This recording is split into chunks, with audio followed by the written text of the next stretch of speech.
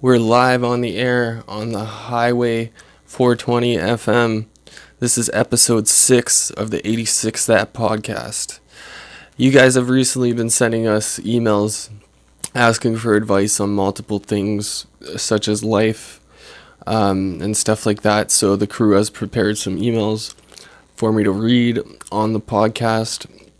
So we're going to read some emails on the podcast, but first up, we got some announcements. On Valentine's Day, we are offering love advice. So if you want some relationship advice, some love advice, maybe you want to propose to your girlfriend, make them your fiance and your wife, right? Send us an email and, we'll talk about it on the air. So send us an email at management@highnukles.com before February 14th, because that's when we're going to shoot episode 7. And one more thing, I know you guys have been asking a lot about when am I dropping my EP, Chill. There's been some changes and adjustments made. It's called Chills now, so I hope it gives you the chills. That's the artwork. We're going to be doing vinyls and pre-orders in the spring, so make sure you cop yourself a pre-order of Chills. So that's the artwork revealed. So we're going to get into some emails now. You guys have been shooting us emails, and we're happy to help, happy to chat on the air about your problems. So we're going to get into one now. This one says, Dear HK, I'm a 29-year-old man with 20 grand student loan debt. Hold on, I need my other glasses. It's kind of hard to read.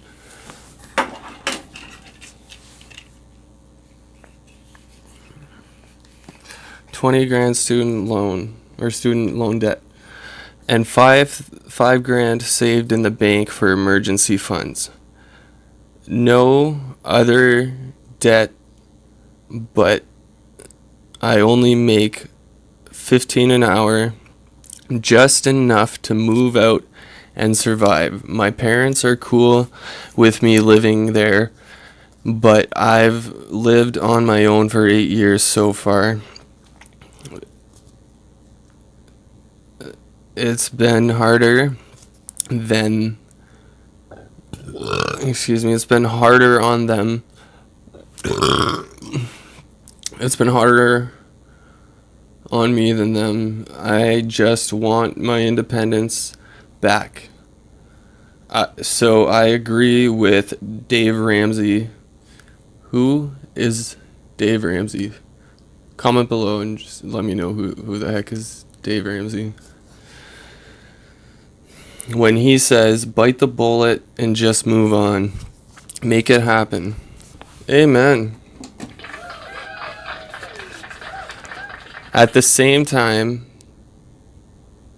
I feel like it's much more practical to just pay off this debt once and for all this year, especially with the economy and uncertainty around student loans being forgiven. 10 grand, looking for advice. Thank you, Knuckles. I'd say pay it off, move on your own. It doesn't have to be in that order, but it's great that you're able to save money. Not everybody's able to save money, so you're privileged to be able to save money. You've got that willpower to do that. So that's pretty sweet, and I think if you do move on your own and continue saving, I think you'll be able to pay it off for sure. And just get a cheap bachelor or something. Maybe get a roommate with one of your best friends or something. You can really things can really look up, and you could see a lot of positives here. I've moved on my own. Got into relationships and shared places, and I moved back to my parents when shit went south, right? So it's great to get back on your own, man. Like, awesome. Like, I think you should do that.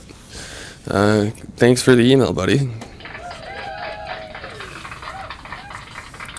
He didn't leave his name. Some of you guys aren't leaving your name. It'd be sweet if you guys left your name. Hi Knuckles. I am in my late 20s, and I live with my parents. I moved out almost immediately after high school, and lived elsewhere from ages 19 to 26.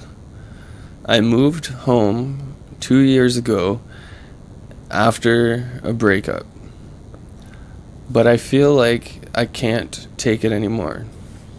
My depression is worsening here. It's why I moved out in the first place. I have never been close with my parents. Having to be with them all day for 10 months of a pandemic, it's eating me alive. I have more than enough savings to move out ASAP. The problem is I only work part-time right now, and my budget would become tighter than I'd like. Doable for sure. I have been looking for full-time work for the past year with no luck. I guess the advice I'm looking for is it worth it to move out and live on a tighter budget for the sake of my mental health? Live on a tighter budget for the sake of my mental health. I guess he repeated it twice for dramatic effect.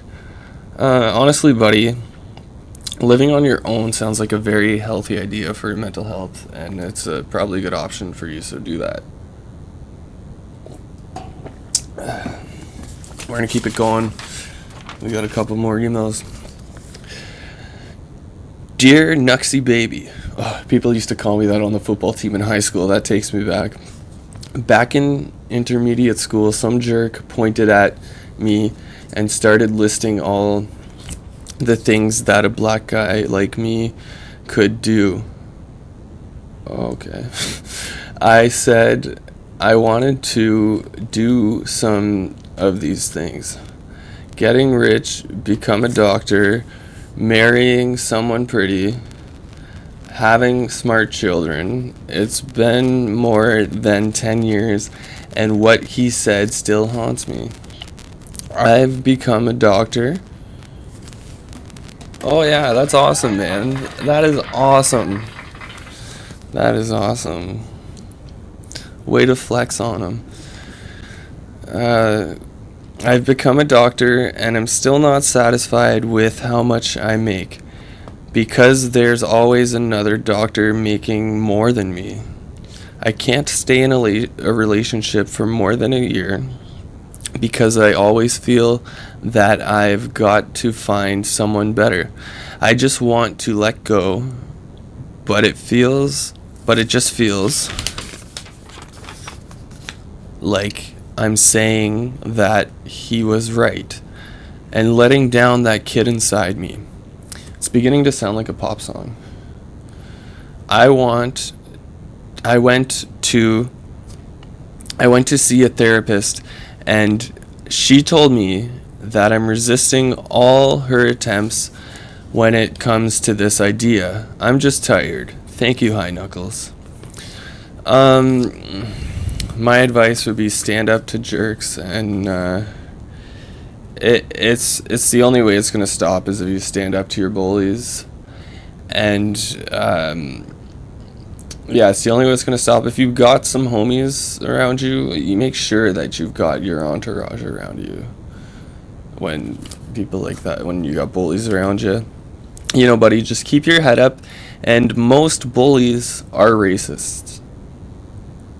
Hello there, 86 That Podcast.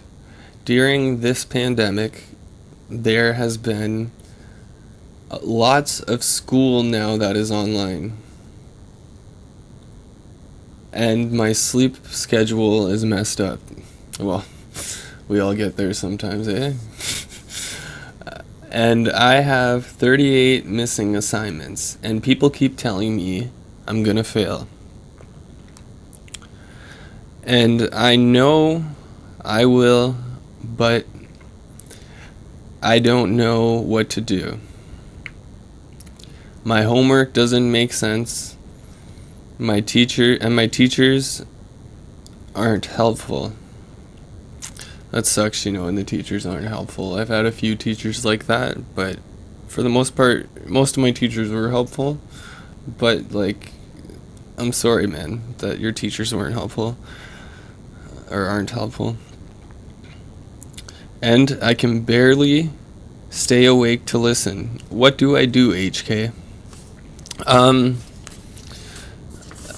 Man, nobody's leaving their names on the emails, guys. Assistants, well, yeah, try to give me emails with names next time, just so that I know who, I can put into context what I'm reading, right? But, buddy, I would say what you need to do is keep your head up, start a study group, borrow all of their notes. It's never too late to pull up your socks, okay? You do all that, and you'll pass.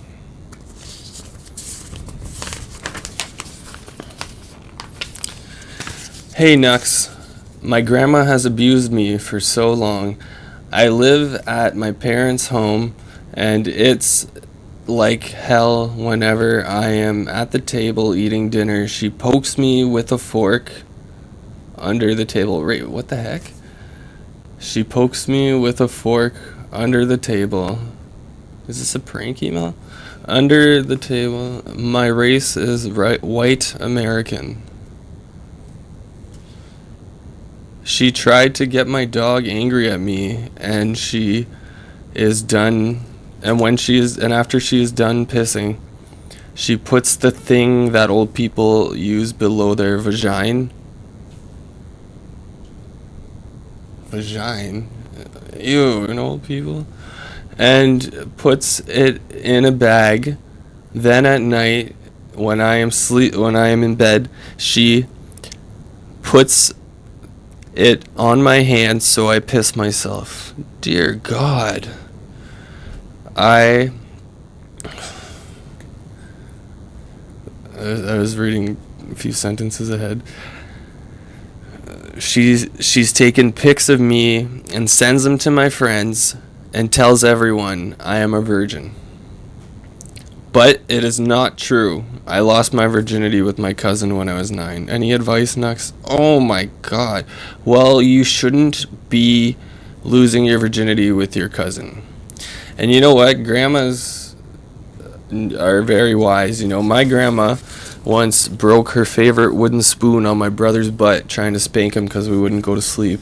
And, it was late, and she cried because she broke her spoon on my brother's ass. Dear Knuckles, last summer, my best friend, who's 25, and myself, I am 23, got a house together that we planned on living in and turning into a rental property. That is awesome. Way to take the initiative, ladies. Everything was happy and exciting until the day we moved in. Oh, I smell some drama. Suddenly, she became very verbally aggressive. I assumed it was stress from the move. And so I tried to de-escalate her every time she decided to go off. It was quite scary. It definitely wasn't quiet from the sounds of the sentence above. It was quite scary, is what it said. It didn't say quiet. It was quite scary because I didn't know what version of her would walk around the corner. I've been there with some toxic hoes. When we moved in, we agreed on sharing the chores. Garbage, cutting grass, etc. The first couple weeks went by, and she contributed nothing to the house. I let it go because she seemed like she was going through something. She wrote me a friggin' book. Thanks for the novel. Jessica, thanks for the novel. I'm just kidding. They didn't leave a name either. That's why I said Jessica, because Jessica wants to Netflix and chill. We're going to bring that prank call back soon. Eventually, I asked her to pitch in a little bit more. And she became very aggressive and started screaming, calling me a bitch, cunt, etc. At this point, I just said, listen, I'm not going to have this conversation. If you continue speaking to me this way, I'm not going to continue having this conversation if you continue speaking to me this way. That's good. Stand your ground. She then moved her boyfriend in rent-free. This bitch has a boyfriend? Sorry for the language. I don't want to get demonetized.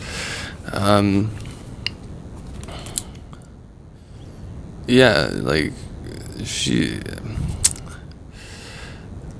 even though we agreed that partners can only stay 3 nights a week max. Why 3 nights? Like, shouldn't it only be like 1 night? Like, one night stands, you know what I'm saying? I let it slide because I let it slide because he kept her away from me. However, he started talking to his friends.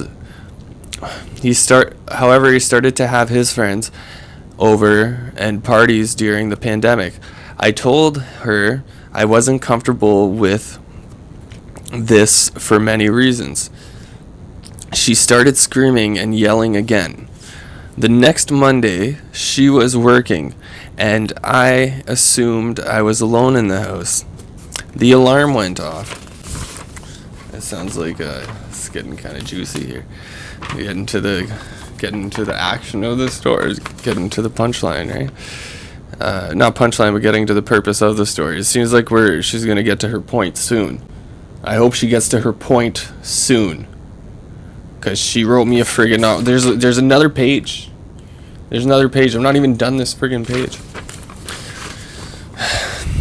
So the alarm went off, and I was getting changed. So I went. And I was getting changed, so I went running out in my bra, and her boyfriend was standing in the living room. I was so embarrassed and upset. I messaged her when she was at work saying how he can't be here when she's not here, and that if he's going to live here, he needs to pay rent or contribute. Straight up. Good for you. Standing up for yourself, girl. I like it, sister. Obviously, this conversation did not go well. And she has refused to cooperate. She is also an extreme liar.